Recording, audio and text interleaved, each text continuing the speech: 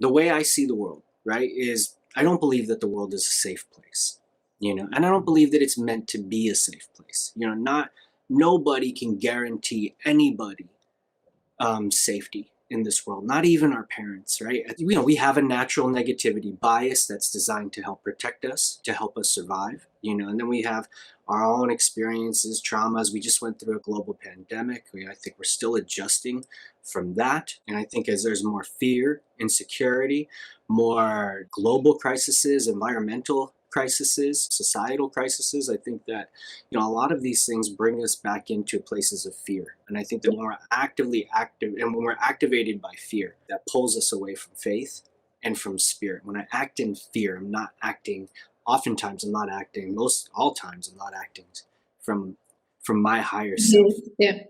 place of spirit. And so just generally speaking, for just, that baseline context of this not being a safe world and this world constantly going through adjustments and change, I think those are contributors to how we as a society have began to disconnect further from spirit and spirituality that is all around us, like you were saying before.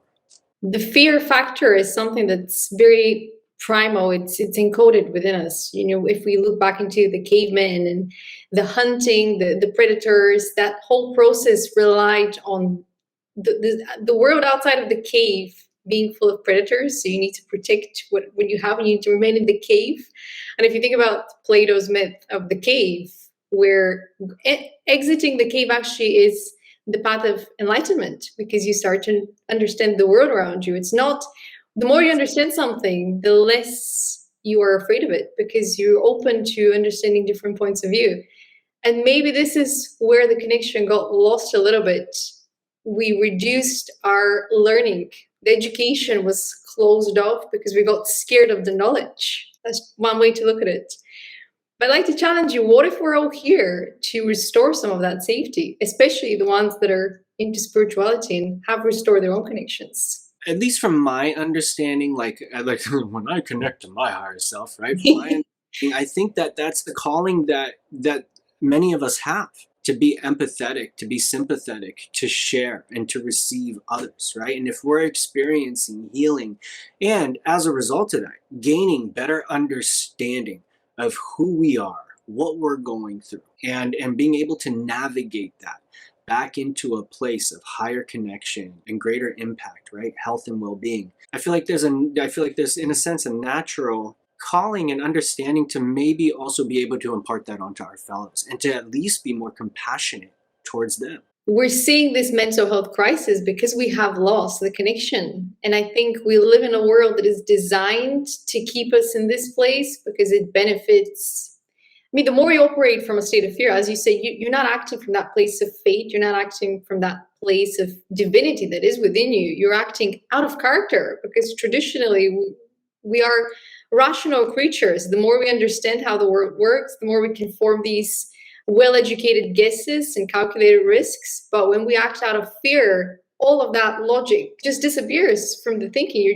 The primal instinct kicks in, and over time it becomes easier to manipulate people. And I think what we're seeing right now is the result of that structured fear within society, fear-based programming, which is a bit unfortunate, because spirituality actually helps us live with more gratitude. It helps us be kinder. It helps us be more loving and empathetic. And it's very easy for us to shift the script, especially looking at all these big words: burnout, trauma, wars, money, bills, stress. If we just added a little bit more joy into the everyday. And I think joy is a very good antidote to fear. Because how can you feel the fear if you're laughing, if you're having fun, if you're, being close to somebody that you love? The fear kind of becomes smaller and smaller and smaller, and it just disappears. Well, and I think you said a really important piece about education. Perhaps also there's a greater disconnect because, when we're so wrapped up in fear, or even that idea of surviving, when we're just trying to get by day to day. And I know that there are plenty of people in the world right now who are just trying to get by right now. It's not easy.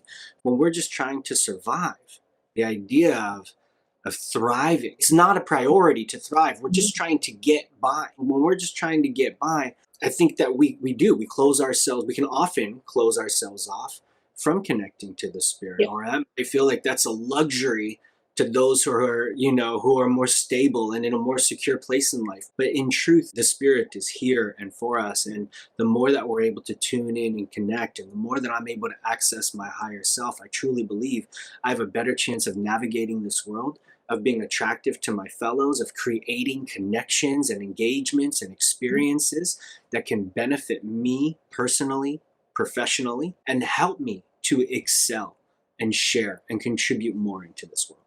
100%, because you're also getting to know who you are, who you really are, so you can share that part of yourself. We don't share the same version with every single human being, but the more we know the different parts that we carry, the more we can share them with the world. And if we don't know who we are, if we haven't taken the time, we're just the conditioning, we're just the expectations of others, or the labels others have given to us. And when we feel that disconnect between who we are and the labels that society has given to us, there's this gap between what people expect of us and what we expect of us. And it's just that explosion emoji. It's just, you reach that point of, I can't go on like this. And that's usually the point of either burnout or midlife crisis, existential crisis. At some point, your higher self is going to wake you up and be like, come on.